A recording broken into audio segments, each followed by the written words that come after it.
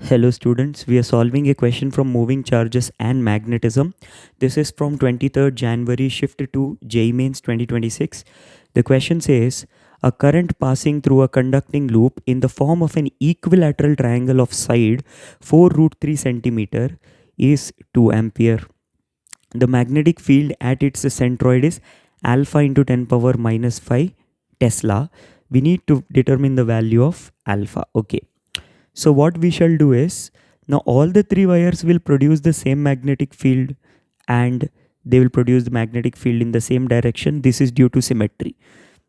Basically, if I assume the current is clockwise, all the three wires, if you apply the right hand thumb rule, will produce magnetic field into the board. So all we need to do is we need to find the magnetic field due to any one of these wires and multiply it by 3.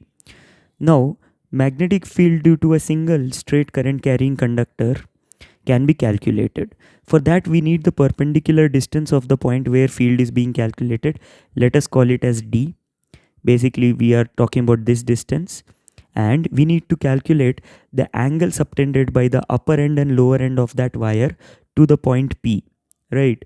Let us call it as alpha and beta. Okay, so clearly alpha and beta are 60 degrees, right?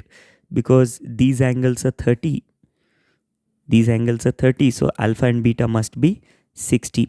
On the other hand, D we need to calculate. From this triangle, you have this right angle triangle. If you consider, D must be equal to 2 root 3 tan 30, which is around 2 centimeters.